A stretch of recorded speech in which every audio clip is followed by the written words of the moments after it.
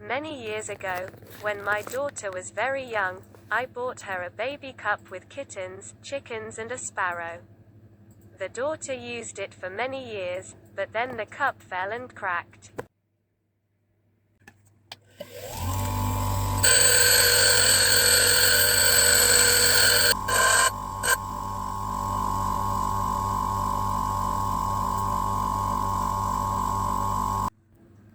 No one dared to throw it out, and it stood in the closet for the next 10 years.